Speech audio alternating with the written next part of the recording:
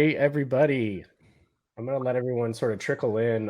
This is the first time that I think I actually turned off by accident the attendees tab. So I literally can't see anybody, which is so strange for me, except for Mona and Kipp, which is totally fine.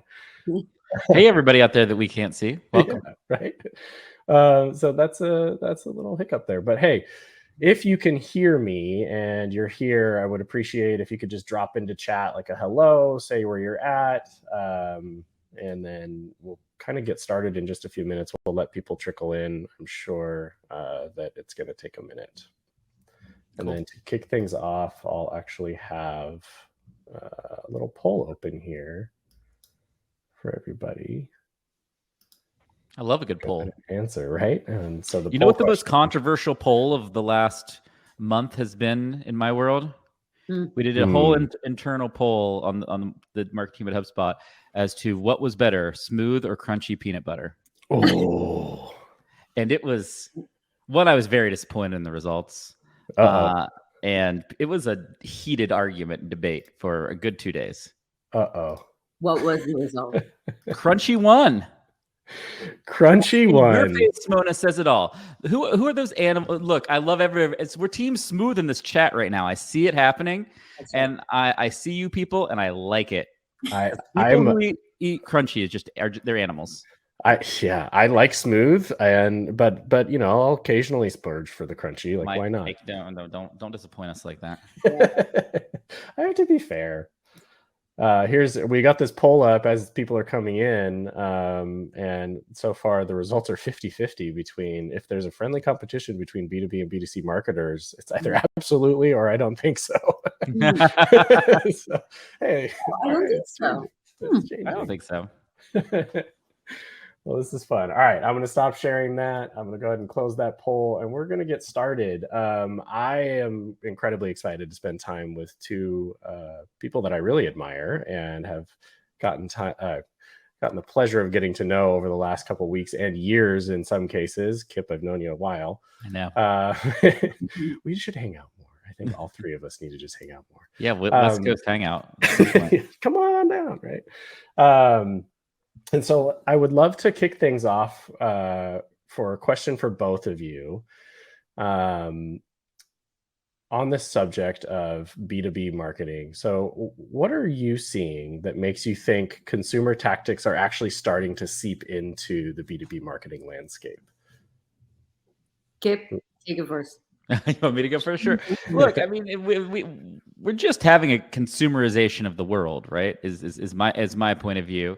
You've got, the reason I think that poll was interesting is because it's all just one market at this point. I think what's interesting is consumers always a little ahead of the B2B in terms of behavior and adoption because there's just less minutia, hierarchy, like institutional change that has to happen when you're talking to individuals versus organizations.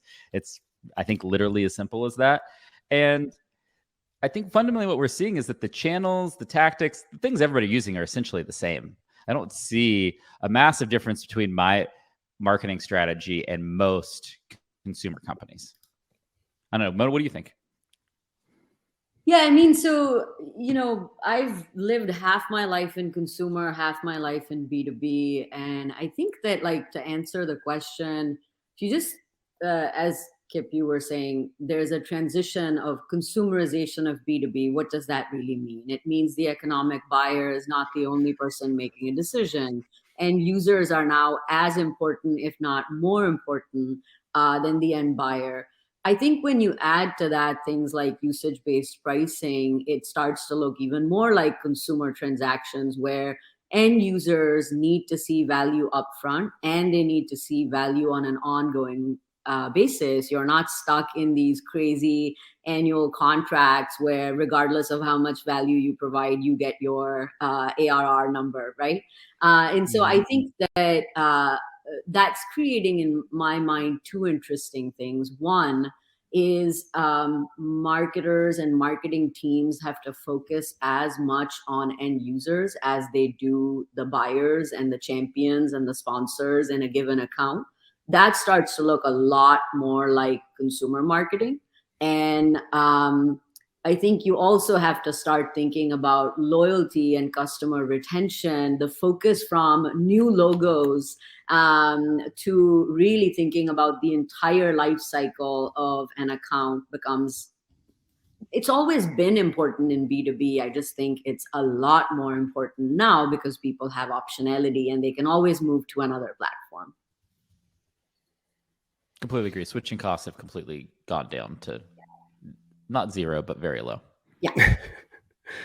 I think that's a super fascinating like concept around this idea of, you know, the consumerization of the buyer and this usage based sort of methodology that I'm definitely seeing a lot more of. And I think, you know, one of the things that we talk about a lot in marketing ops in the community itself is, you know, there's a lot, our customers are often the internal team members, right? But we try to, I think a lot of us, and maybe some of you can chime in on the chat if you agree with this, but I do think a lot of us try to think about that end user experience, which then sort of begets this conversation around how does RevOps, marketing ops, and all of that sort of fit into the larger strategy at play and how you actually reach the consumer, especially in that usage-based stuff. Like, gosh, that sort of changed the landscape entirely. Okay, so Kipp, yeah, you put out the B2B social media book in what, 2010? So it's been a long time. Yeah, long time ago, Mike. I was a much younger man with more hair and more hair, lots of things. Would you say that there's been a lot that's changed? Would you toss anything out, or would you add anything in?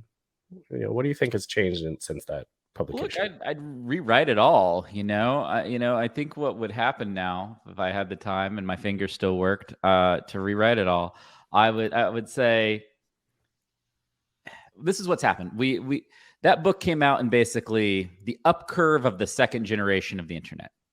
I look at the second generation of the internet starting 2004, 2005. Blogger, Twitter, Facebook, coming out of college, all of that kind of stuff. And the second generation of the internet is really going to kind of end over the next couple of years. And so it was really still in the up curve of the second generation of the internet, where we basically built the first generation of the internet. We built these awesome open protocols. And then we said, cool, they're really hard to use. So let's build awesome aggregating services to make these protocols easier to use. And that was great. They brought us all together. We've got LinkedIn, we got Twitter, we got all those things. And in the early days of all those platforms, you could focus really on community and direct response marketing because they were open. The platforms themselves weren't trying to monetize that hard. Like, they were just like, I remember when Twitter didn't have ads, that's how old this all goes back. And so you could do a very different type of marketing then. And now I think social is largely awareness driven and kind of like periphery kind of community building work. And I think if I was going to write that book today, I'd write it. It would be about Web3. It wouldn't be about Web2. It would be about the shift to the ownership economy and how you put your customers and your users into a spot where that they can have ownership and become key advocates in your community. And the means of which doing that they include social media platforms, but they include a whole host of other technologies and platforms that you would use to do that. What when you say host of other technologies, are you headed in like the Web3 like? Well, yeah, I mean, you have to have some type of infrastructure reward system. So whether that's tokens, whether that is pay to learn, like I'm a radicalist on a lot of this stuff. It's like we're talking to a group of people who have very specialized skill sets, right? Who have done a great job building these specialized skill sets and are only going to be in more demand, not less demand over the next 10 years. And there's not enough of them, and that's why they're going to become more in demand. And it's not unreasonable for any company to say, hey, you are used to paying thousands of dollars to get an education, to get certified, to work on our software, to work in this industry. Well, that's kind of silly. I should be paying you that amount of money to come on my side of this argument versus the competitors in this market or whatever. And those are the types of tools and things I think you'd be writing about now that, 10 years from now, we'd look back and say, oh, wow, that's completely changing and shifting how all businesses go to market. And that, the people on this call will be very well versed in, decentralized technologies and the technologies that enable that work. My favorite part of that whole thing was we're going to be more in demand over the next 10 years. More demand. People be fighting over everybody that's on this agree. call, and they're going to be throwing money at you to learn their software in every way that they possibly can. I totally agree. We see it. The demand has already spiked tremendously, and it causes a lot of confusion. That's for sure. On do you stay or do you go, or do you go out on your own? I think the three of us were talking. Well, about I think one of the things that I would add to that, I think that's a really interesting point, Mike, is the other thing. If you look at today, the internet today, and how we all work today, technology, the internet, it is way more complex than it was 10 years ago. Way more complex. It is going to be another order of magnitude more complex the next 10 years. And I would make the argument to anybody is that you're not going to be able to build a great career or do anything of value if you don't put a real amount of time against it. Gone are the days of like working someplace for 18 months, having a big impact and like moving on and like learning something new. Like if you really want to like learn something deeply and understand it, things are more complex. It's going to take you 36 months. Yeah. Your impact to a business and the go-to-market effort. I think you need to entrench yourself in an organization, understand what it's trying to do and how it's trying to reach the market, and then how do you enable that? And that takes time, which means, and it's not, it's understanding the actual business and the products and the whole inner workings of the whole system and those relationships you need to build, et cetera. Speaking of data, we have a question here for Mona. So just sort of teeing this up, being data-driven sort of means different things to different companies, right? And in your experience, we would like to know what the difference about the analytical rigor at a B2B company like Amperity or a consumer one like Microsoft or Zulily would be like. What is the quote unquote right amount of rigor for a B2B SaaS company? Yeah. So, this is a hard question. I don't want to piss anyone off, but I love my time at Amperity and I love all our B2B customers. The difference in analytical rigor between the Zulilys and the OneDrives of the world and the Amperities and the B2B businesses, at least I've been associated with, is night and day. And part of it is justified, right? Because up until now, maybe that rigor wasn't necessarily required. But a few things that sort of stand out.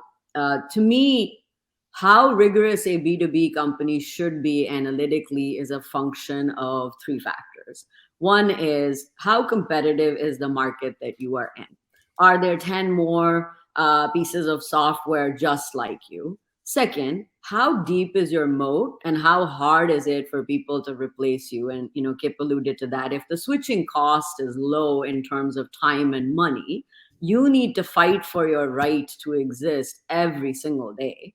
And then the third is how large is your user and customer base? And that's actually very important. For instance, at Amperity, our average contract value was north of 300K.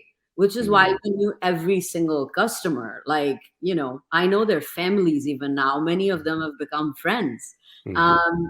That sort of high human touch type of relationship is actually a great replacement for being data driven, because a human brain can actually process a lot more data and find a lot more data in an interaction than, amplitude and mixed panel event streams can.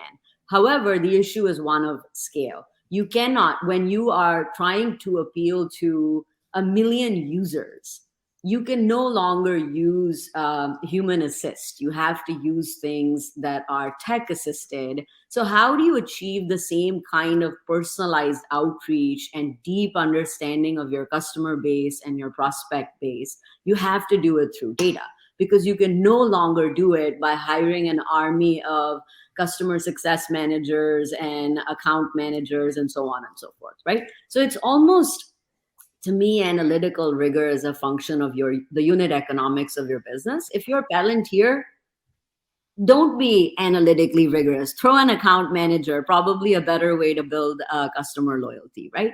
But if you're dealing with low contract value accounts and you're dealing with millions of customers that you want to be able to reach out to, you have to use data.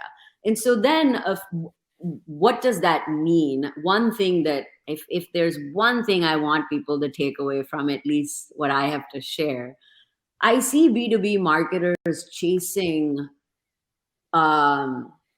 intent data, and I'm not trying to throw shade on ABM platforms. They're great. They have a role to play. I mean, you can throw shade. I was going to say, you can throw shade on them. You can definitely do that. I hear in silent agreement. Just this morning, I was reading through a thread. I think Metadata put it out, right? It's like ABM, ABX, et cetera. And hey, it's a practice. It's on the platform. And I mean, when you look at intent data, because at the heart of an ABM platform, what's the special thing? What gets people excited? It's that they have access to information they didn't before, and they believe it improves their ability to reach out to the right customer at the right time with the right message. Now, the dirty secret of intent data is max up to 10% match rate, and 50% of the time it's wrong. So you might as well flip a coin. My point not being to throw shade at ABM platforms, though, I was going to get to the point that, to me, the gold mine that B2B marketers are not focused on right now as much as they should be from a data standpoint is their product usage data. It is where true signal lives on who your ideal customers are. Building an ideal customer profile in a spreadsheet by randomly assigning weights to some attributes that don't really matter, that's nonsense, right? Using your product usage data to really understand who are your best customers and what are the behaviors that represent stickiness in the long run. I would say that's the gold mine to go and harvest from an analytical rigor standpoint. I literally raised my hands. I'm sure everybody saw that. And I'll take it if I could add to this. I know I'm really only moderating and everyone wants to hear from you two experts, but if I could add to this, I would. I wrote about this a long while back now. I think it's high time we start looking at how our own products can enable and educate our own customers through aggregated and anonymized data in a way that's helpful, right? So I sort of pushed on this at two different SaaS companies, but the contextual example would be, say, a usage-based reference back to HubSpot or Falkon for that matter. Yes. Hey, customers like you in your region, on average, send this many emails, yes. Right?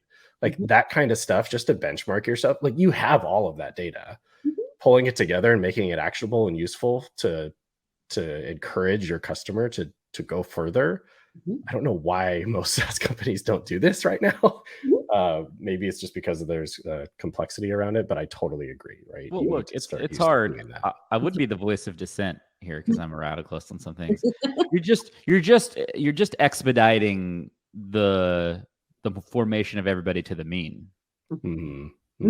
Right? Like, and for some things, like if you're talking about like product and engineering efficiency, maybe that's a good thing. If you're talking about like sales and marketing efficiency and tactics, it's a really bad thing.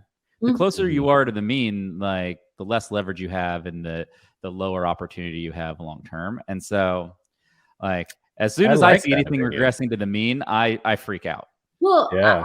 I would say your criticism seems to be on the word average, not necessarily on the usage of product data to underend who your ideal. No, the product data is great. I have a little bit of a thing against benchmarks. Yes. Yeah. Because they regress you to the mean and they give you an artificial sense of what good is. Yes.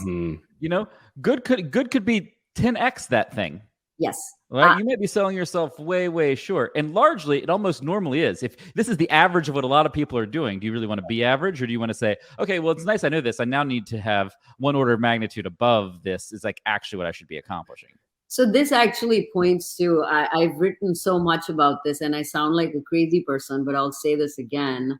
I agree with you. Means and averages are BS. They don't actually tell you anything, especially from a data standpoint. If your data does not have a normal distribution, and when I was at Zulily, 80% of our revenue came from less than 10% of our customers. If we tried to play to the mean, we would just destroy the business, right?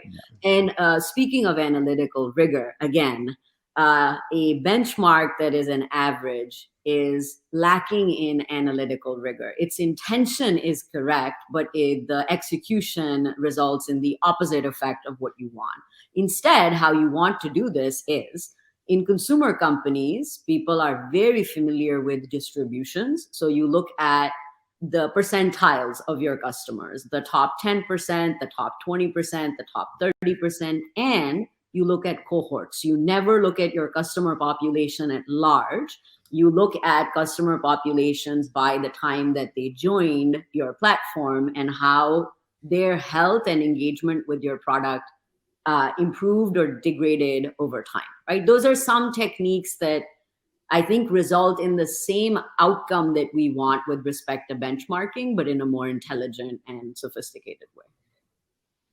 I love both of your commentary on that, and I learned something today, especially from the opinions, which is nice. So I appreciate that. Thank you.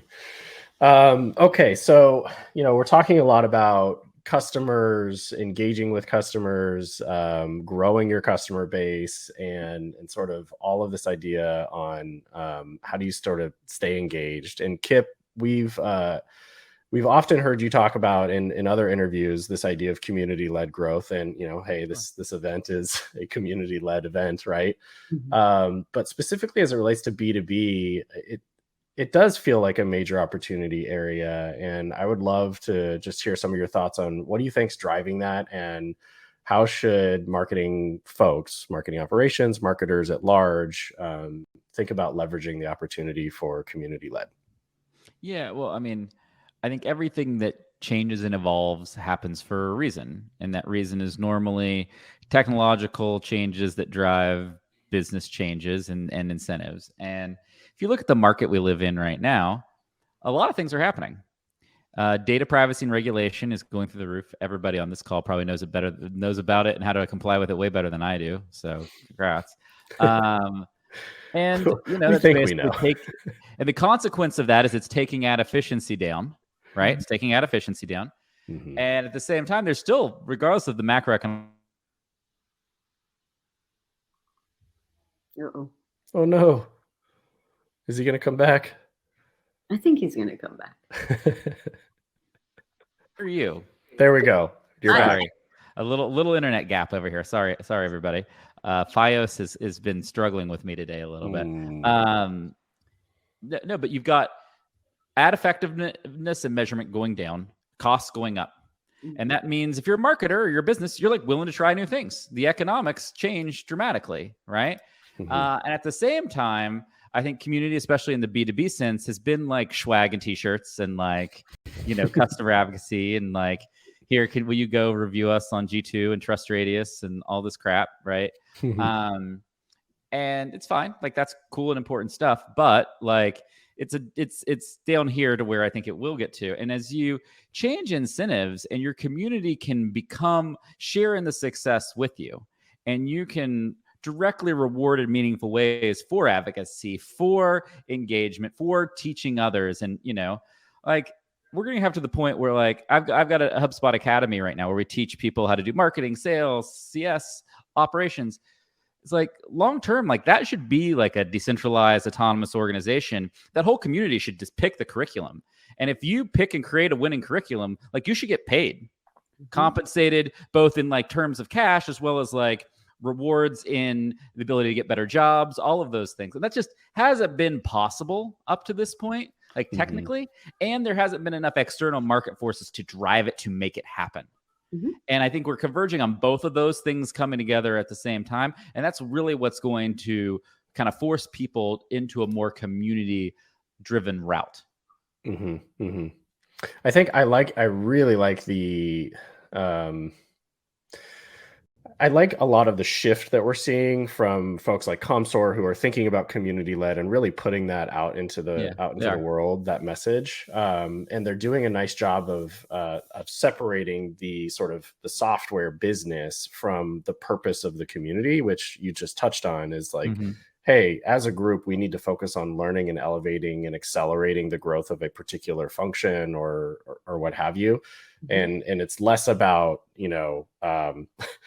making my customers super successful with my product because it's a support community, but more about sort of the industry that you serve. Well, yeah. So, historically, the way we kind of think about this is like, we've historically had community of product. And the community has been organized around product and helping people get better at a product, right? Especially on the B2B side of things. We're moving to a community of practice where you have community that's organized around practice and getting better, and vocational training and all of those like very, very important things. And like that shift is going to happen. I think we'll see, I think there's a bunch of companies out there in these niche industries that will probably buy up these certification bodies, like these independent consultancies that certify and educate people. They'll integrate that. We'll get way more vertically integrated in that and build broader communities around those moves, I think is largely what we'll see happen. Yep, I would agree. I'm seeing it every day. And this summer, we're going to introduce a practitioner-led education program. So literally, compensating professors for their time and effort in educating the community and giving that back to the community, getting that feedback loop in place. I mean, we're, as MoPros becomes the community of marketingops.com, we will see a lot of that starting to take shape, but very, very small sliver. So it'll take a while. It's not gonna, none of this is going to happen overnight, but this is the next 5 to 7 years of how a lot of go-to-markets will evolve, I think. Yeah, I would agree. Mona, any thoughts around community-led and opportunities there? Yeah, I mean, I think that the promise of community-led growth is amazing, and it's inevitable. And I think actually, I mean, stepping back and going a little meta on this, I personally love that as a society, we are embracing lifelong learning, and communities are places where people go to learn from their peer group, right? To me, Twitter, Reddit, Substack, they were the original places where people started to learn from each other. And now that's becoming more of a formal concept, which is fantastic.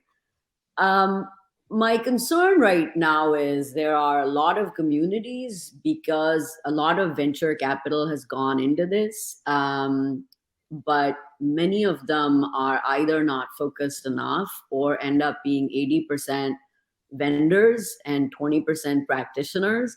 And so I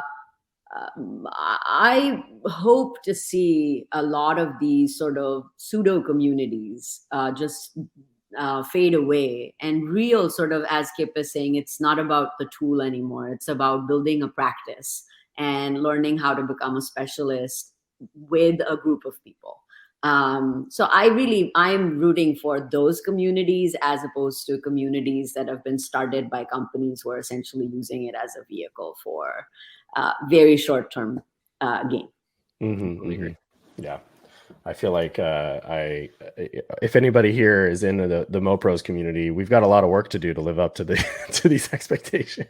But I think we're on the right track, and you should be excited about it, right? And so I for one am excited about it. So I appreciate your insights, both of you, on that.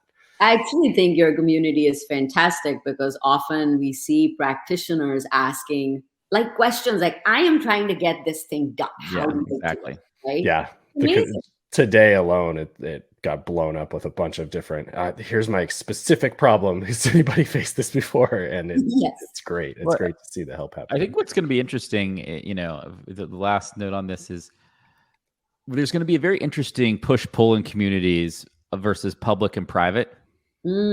Like I believe that the future is working in public, and that the massive, if you're using certain technologies that are decentralized, they're by default going to be public anyway. For the most part, obviously we'll build private versions, like that's fine.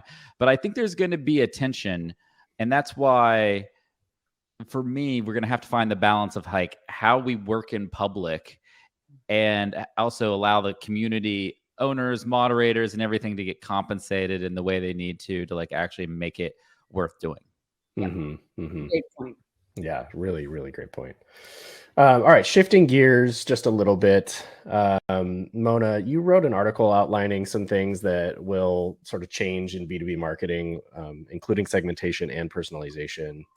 Why is that so important, and how can teams set themselves up to do it right? Important for one simple reason: money, dollars, unit economics, right? And what I mean by that is, again, in a world where there is really no such thing as a permanent moat, and people can switch from one offering to another at any given time. Nordstrom and Zara have been playing that game for the last 25 years because I can buy this t-shirt from either of them. The product has stopped being the important thing, right? It's like, it's a commodity. I can purchase it from A or purchase it from B, right? And so I think obviously that it's not as easy in a B2B context, but it is generally moving in that direction. And so increasing our LTV to CAC ratio is an important part to summarize that sort of unit economics factor for why personalization and segmentation is important. Because without that, you end up with CACs that are really high, LTVs that are really low. And, most of us are in SaaS businesses backed by venture capital, and there is an expectation of what that ratio needs to be. And so that's really the reason for personalization and segmentation. Now, how to set yourself up for success there? First, I think, to me, and I'm a product person. I've grown up in product management, right?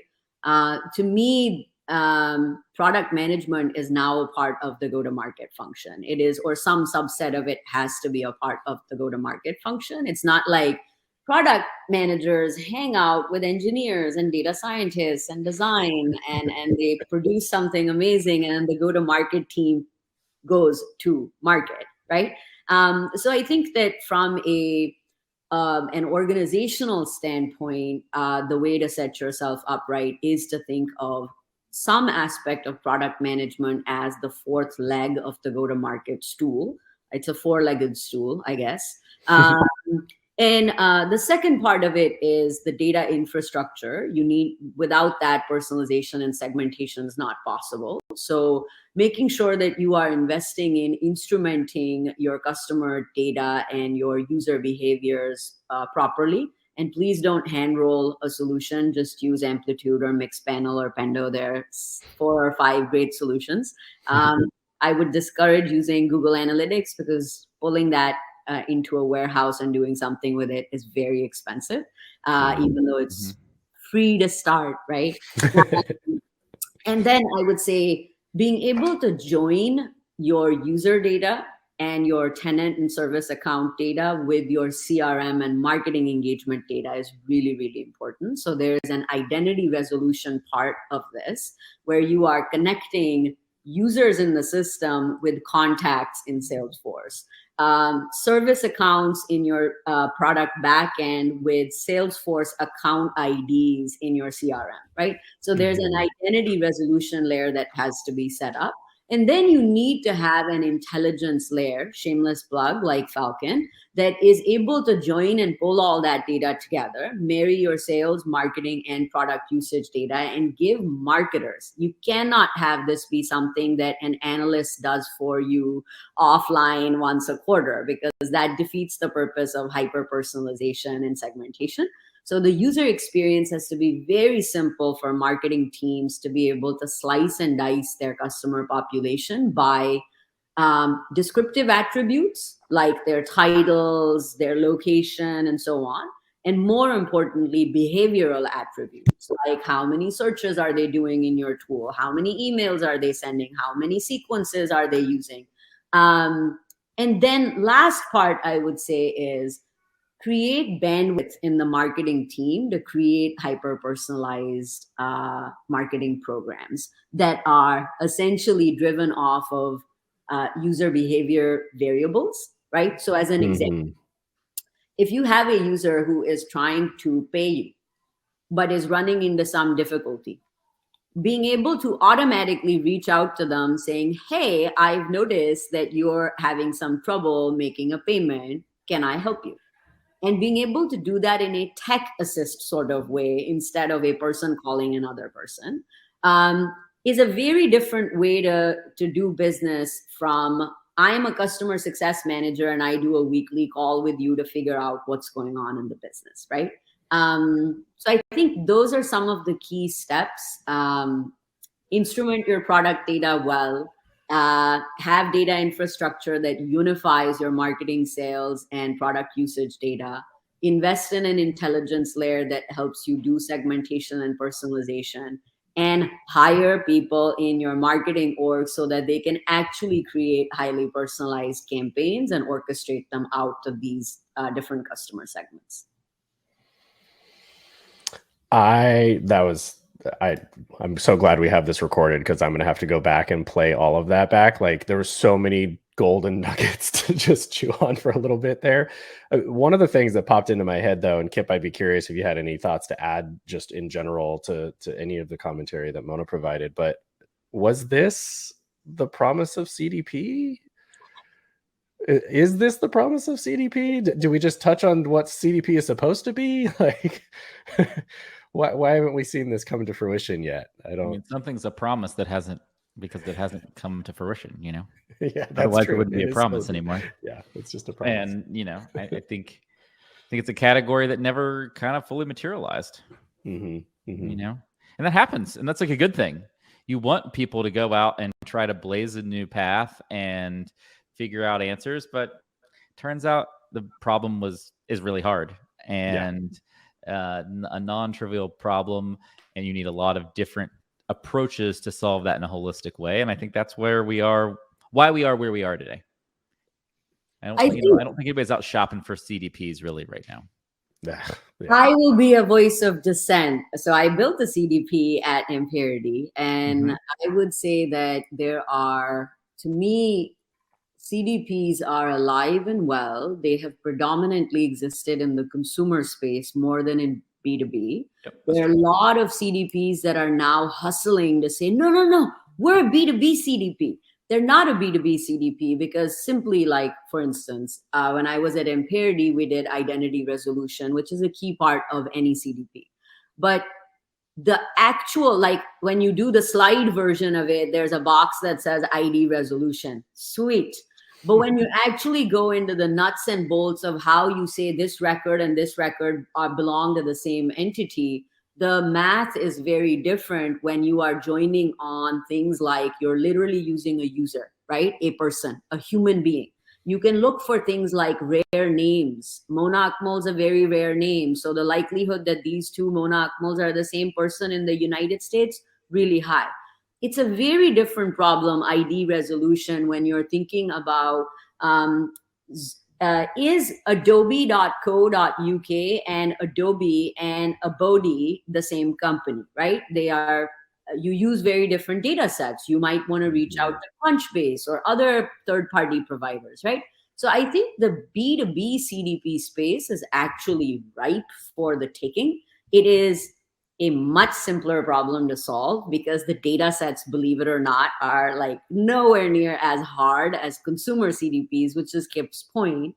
I've seen CDPs in consumer succeed, but they have ended up being vertically focused because the problem being solved at a scale where it's every consumer company in the world is an NP complete problem. It's an unsolvable problem. Right?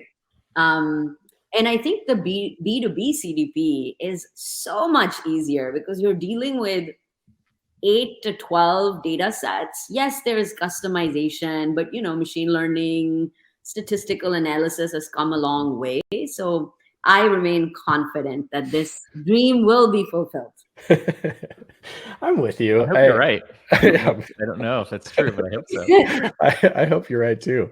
And what's great is, we sort of teed this up, this whole event around this idea of, is there like a battle between B2B and B2C marketers? And one of the things that I've always said is that B2B is a lot harder for marketing. There's just like, the go-to-market strategy is a little bit more limited.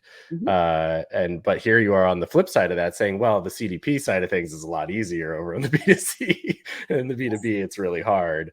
And the sort of inverse is true when it comes to some of the other tactics too. And speaking of sort of like loyalty programs and rewards, I think this is a question that we had for both of you. Obviously in the B2C world, the idea of loyalty programs, and you started to sort of touch on this a moment ago, Mona, they're a huge part of driving the sort of consumer business and the retention, right? We see it at, big box retailers, et cetera. What do you think it might look like if that was done really masterfully in B2B? Like how can that sort of concept come in? And I'm open to either of you jumping in first. I think Mona's going to have a smarter answer than me, and she should go first. Okay. Oh man, now I need to come up with a smart answer. First of all, I think human psychology is the same whether it's B2B or B2C, right? Why do people remain loyal to a product? It's because they get value out of the product. They think the ROI on it is net positive, and there is an innate sense of reward associated with using the product. So having said that, I'll give you a small example. When I was at Imperity, our first customer was Alaska Airlines, and airlines have done a great job with loyalty programs. We were having a hard time getting people to join their loyalty program, even though they were doing free luggage, miles, check-in, pre-boarding, and all that stuff, right? One of the things Imperity did, the first use case we lit up for them was the same offering, the same loyalty plan offering, just send it to the user at the right time, which is 30 days before their flight's supposed to depart. Because people don't, there's a sense of theoretical benefits. Yeah, free luggage would be great. I don't have to pay $60 for my suitcase. But it only becomes real when it's about to happen in 30 days. And you're like, okay, it's going to take 5 minutes to sign up. And then I save myself $60. I'm totally going to do it, right? So I would say as important as the core mechanics of your loyalty program is timing, offering that program to people when they are most likely to engage with it because the benefit is imminent. The second point I will make is I am very averse to throwing cash and rewards that have nothing to do with driving more engagement with your product as a part of a loyalty program. That's why airline miles are great, because what do? They encourage you to fly more, which then drives engagement. So it ends up becoming a positive reinforcement loop. Half of our team is from Dropbox, and they were very clever with their loyalty program where what did you get for being loyal? You got more storage. What will you do with more storage? You will use Dropbox more, which will then make you more loyal. So instead of throwing cash and t-shirts at people, give them something of value in your product that drives deeper usage of your product. That's a compelling loyalty program in my mind. I think that example works really well in certain situations. And the tactics of doing loyalty, I mean, I boomeranged back over to an organization known as MavenLink to help sort of build out their client advisory board program and their first community. And we were really working hard on this challenge of how do you build a B2B loyalty program that sort of emulates the B2C space. And it comes in really nicely in I would argue Dropbox is still a B2C, product, right? And so that works still for them. But SaaS companies, I think, unless you're already doing usage-based pricing, it gets really difficult, and then if you don't have the tools in place to measure utilization of the product itself, usage of the product, then you're going to struggle to create a loyalty program. So sort of going back to what you were sharing earlier, you need to be measuring those things so that it begets the enablement of loyalty programs down the line. Kipp, any thoughts on loyalty?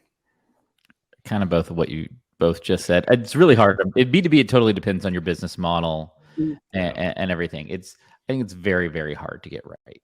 Candidly, on the B2B side, I've seen very few. I feel like we've tried it like 4 times and failed. It's just one of those things that is just like very hard to do. I think the stars have to align within the type of product, the business model, and everything to actually pull it off. Yeah, I really agree with that. And the business model component of it is just such a critical pillar of the whole thing.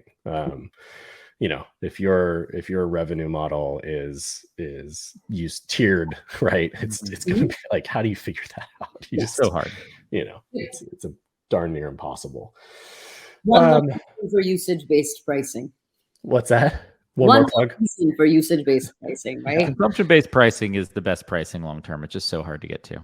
It's really hard to get to and understand. And then like the reality is like, I feel most of the organizations that I've discussed this idea of usage-based pricing with, it's really, you're sort of throwing stuff at the wall and you're like, usage, if you use it roughly this if you're paying out real sales CAC and everything. And, it's tough on both sides, LTV calculation on the company side. And then like, you do want to know what you're going to pay as a customer.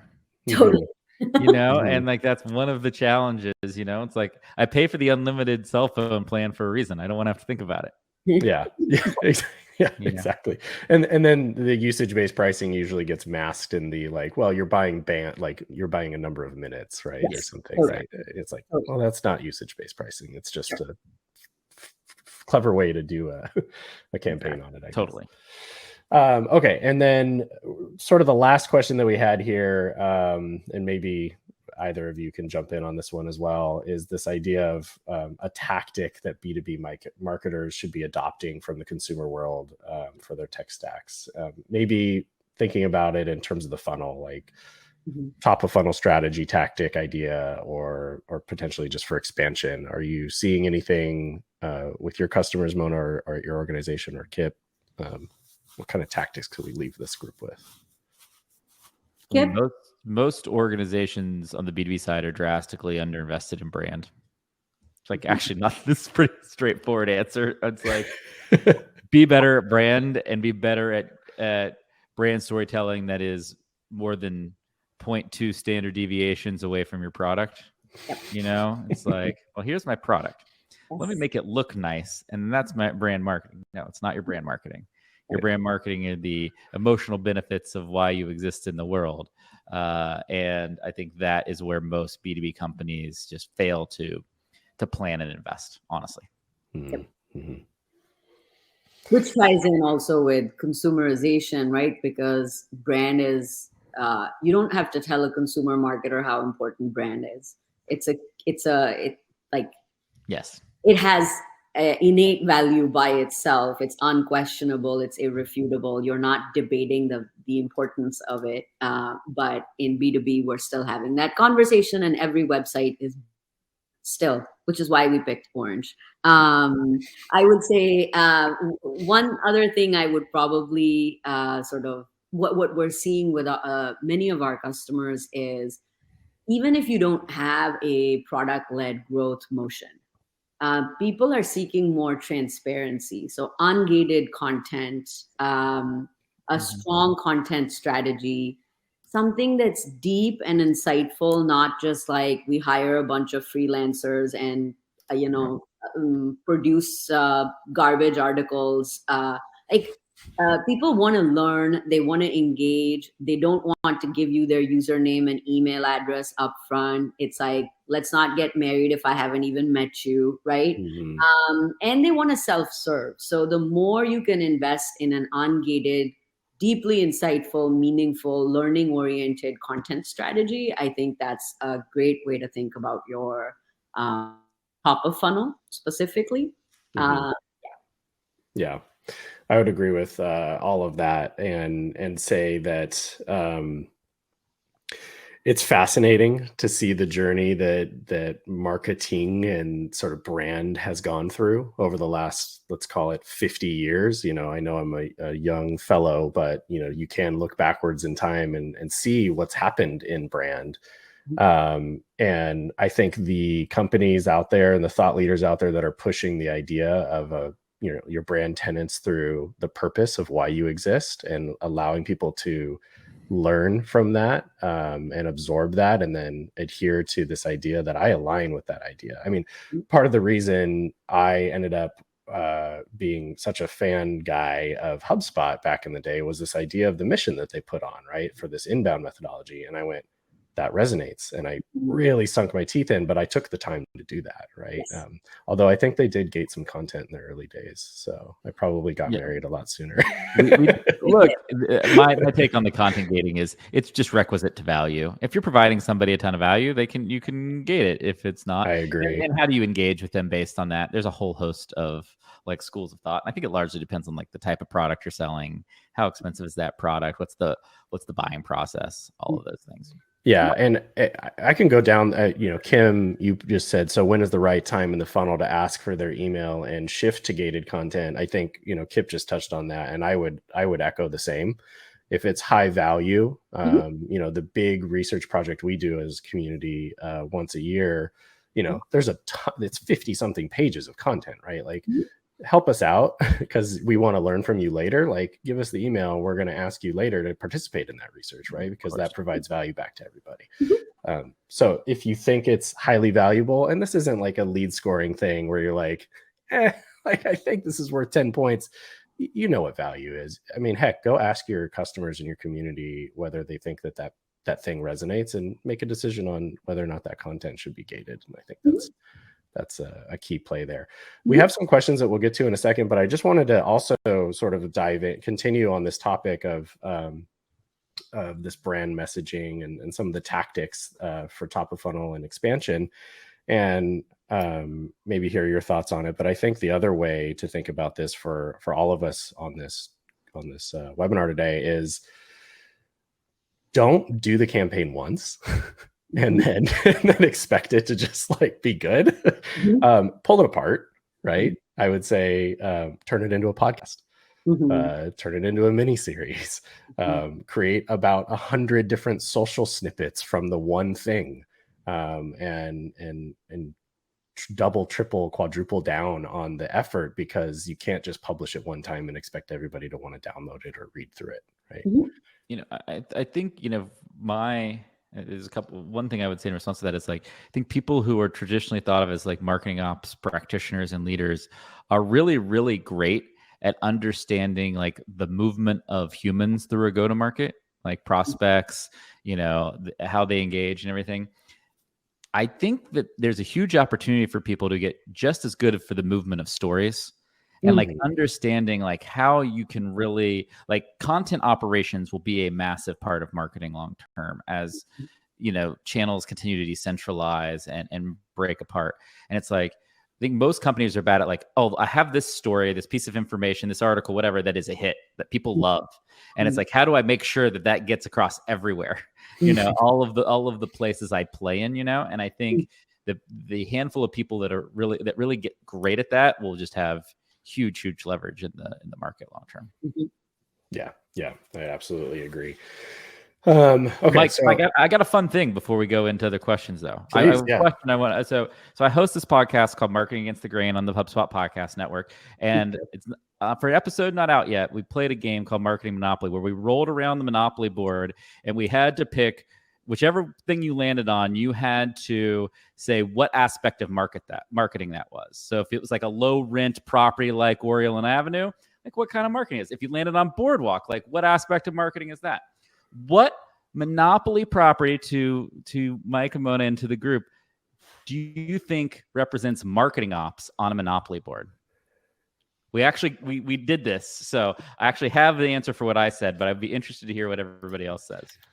Can I say something that I've never played Monopoly? Oh my goodness, we have to play. It's so fun. There's basically a bunch of different properties that you decide if you're going to buy or not, and they're different levels of expense and value. So it was a way to basically talk about what's the high value versus low value. I see. And Mike's looking at a visual of the Monopoly board right now. Yep, I got you. And they just posted that. Any guesses before I'll give you my take on what it was? Oh gosh, this isn't even the right Monopoly board. that was like a messed up one. All right, here, let's open this one in a new tab. So for people who've never played, it's like the blues and the greens are the most expensive. The browns and the light blues are the least expensive. The others are kind of in between. And then you have utilities and railroads and other things that exist. I made the case that marketing ops is waterworks. It's like the water utility. If you don't have it, like if you are without water for like 5 minutes, you're like, oh, okay. If you're out without water for a day, you're like freaked out. Like it's not like everything, your life comes screeching to a halt. And that's basically like, you can live without like the perfect marketing operations, but if you don't have any marketing operations, you're done. Like your business is just completely toast. And that was my analogy for everybody today. I don't know if people agree. I love that analogy. I was going to pick a utility. Nice. I love that. So I was one of the two utilities, whether it was electric or water was definitely going to be my choice. Well, Jordan's goal said he might lean towards electric. I could see the case for electric too. Yeah, I could see. I think it has to be one of the two utilities. But I do think it has to be one of the utilities. I would agree with that. And I definitely spent way too much time playing Monopoly as a child.